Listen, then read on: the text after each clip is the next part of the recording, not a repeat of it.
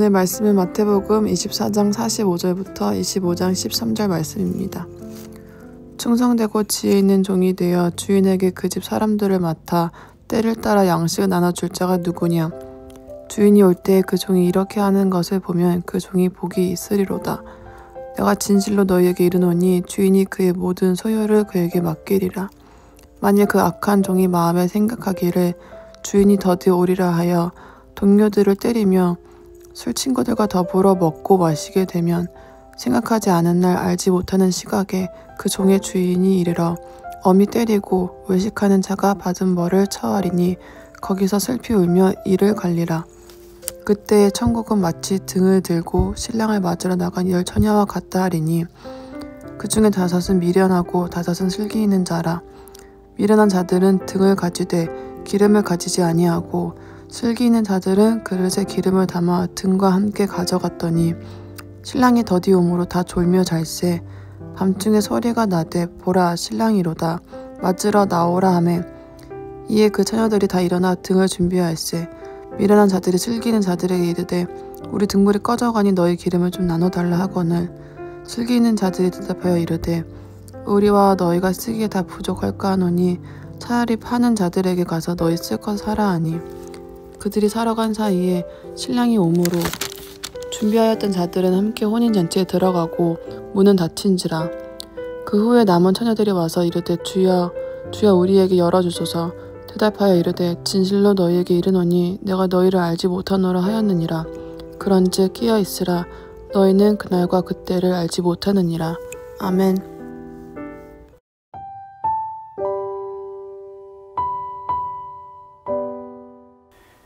열처녀 비유, 교회학교 때부터 많이 들어본 이야기입니다. 10쌍의 결혼잔치가 열립니다. 신부들이 대기하고 있다가 신랑을 맞이하는 결혼 풍습인 것 같습니다. 10명의 신부가 신랑을 기다립니다. 그런데 신랑이 생각보다 늦게 옵니다.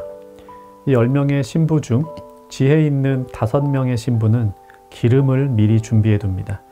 신랑이 혹 밤 늦게 오면 기름으로 등불을 켜서 신랑을 맞이하려 가려고 합니다.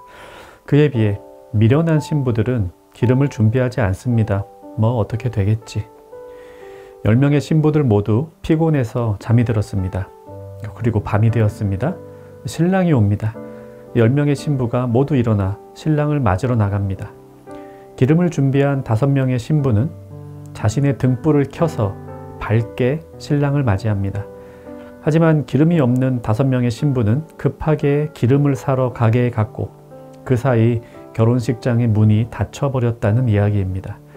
나중에 5명의 미련한 신부들도 와서 문을 열어달라고 하지만 신랑은 내가 너희를 알지 못한다고 말하며 문을 열어주지 않습니다. 실제로는 이런 일이 일어나기 좀 어렵겠죠? 결혼식 당일에 기름이 없어서 결혼식장에 못 들어가는 신부는 아마 없을 겁니다. 비유이죠. 이런 비유를 들어주신 주님은 이 비유의 교훈을 말씀하십니다. 마지막 13절에 보면 그런즉 깨어있으라. 너희는 그 날과 그때를 알지 못하느니라. 깨어서 신랑을 기다리며 기름을 준비해 그를 맞이하라는 것이 이 비유의 교훈입니다. 1절에 보면 그때의 천국은 이라고 시작합니다. 그때는 주님이 다시 오시는 때, 즉 재림을 말하고요. 주님이 다시 오실 때 누가 영원한 천국, 하나님 나라에 들어갈 것인가에 대한 비유로 이 이야기를 주신 것입니다. 어떤 사람이 천국에 들어간다는 것입니까? 신랑이 올 것을 대비하고 있는 자들, 즉 주님이 다시 오실 것을 믿고 기다리며 주님 맞이할 준비를 하는 자들입니다. 보통 이 이야기에 나오는 기름을 성령 하나님으로 해석을 합니다. 성령 충만한 자들만이 이 기름을 준비한 것이고 그렇게 해서 우리는 성령 충만하며 살아야 한다. 그렇게 적용해도 좋고요. 꼭 기름은 성령이다.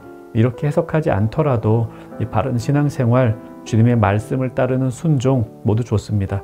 중요한 것은 신랑 되신 주님이 오신다는 사실을 믿고 기다리며 살아가는 것입니다. 혹 신랑이 더디 오면 원망할 수도 있고 그러다 안 오는 거 아니야? 라고 의심할 수도 있는데 그러면 안 되고 기름을 사서 반드시 올 신랑 맞이할 준비를 해야 한다. 이것이 이 이야기의 교훈입니다. 이 비유에서 우리 세 가지 적용을 해봅시다. 첫째로는 예수님은 반드시 이 땅에 다시 오십니다. 이 비유에서 신랑이 밤중에 오죠. 생각보다 신랑이 늦어졌습니다. 그래도 신랑이 안 오겠습니까? 무슨 일이 있었겠죠. 늦을 만한. 그죠? 기다리는 입장에서는 신랑이 왜 늦게 오는지 모르고 언제 올지도 모릅니다. 하지만 결혼식장에 신랑이 나타나지 않는 일은 상상할 수도 없습니다. 신랑은 반드시 옵니다. 예수님은 반드시 다시 오십니다. 주님의 약속입니다. 주님은 신실하십니다. 신실하다는 말은 믿을 만한 분이다 라는 의미입니다. 주님은 믿을 만한 분입니다. 왜냐하면 그분의 말씀이 한 번도 어긋난 적이 없고 그분의 행동이 한 번도 우리를 실망시키신 적이 없기 때문입니다. 주님이 다시 오시겠다고 하셨으니 그분은 반드시 다시 오십니다. 둘째로 예수님 맞을 준비를 해야 합니다. 신랑이 늦게 와서 신부들이 다 잤습니다. 피곤하면 잘 수도 있죠. 하지만 슬기로운 신부와 어리석은 신부를 가른 것은 기름을 준비했느냐 하지 않았느냐에 있었습니다.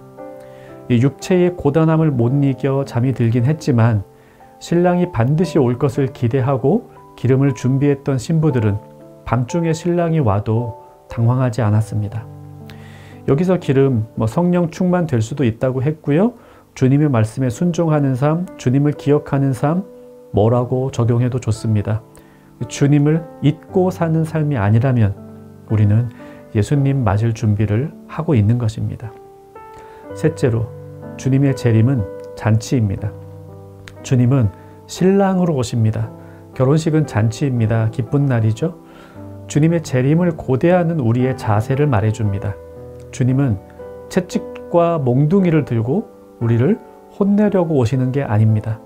이 결혼식 잔치에 신랑으로 오십니다. 물론 어리석은 신부가 되어 신랑을 맞이 못하는 일이 있으면 안 되겠지만 기본적으로 주님의 재림은 온 세상 최고의 잔칫날이라는 생각을 가져야 합니다. 이 재림의 날을 잔칫날로 기대하며 살기 위해서는 이 땅에서의 번영과 성공에 지나친 집착을 해서는 안 됩니다. 이 돈과 명예 같은 게 의미 없다는 말이 아닙니다. 그런 것을 지금 다 갖다 버려야 한다는 뜻이 아닙니다.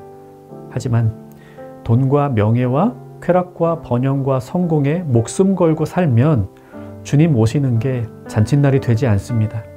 오히려 주님과 함께하는 영생의 잔치보다 내 돈 내고 내가 떵떵거리며 사는 이 생의 복락이 더 크고 좋아 보입니다. 그런 삶을 살면 주님의 재림을 기대하지 않죠. 세 가지 적용 기억합시다. 예수님은 반드시 오십니다. 우리는 예수님 맞을 준비를 하며 살아야 합니다. 예수님이 오시는 날은 잔칫날입니다. 그 날을 고대하며 살아갑시다.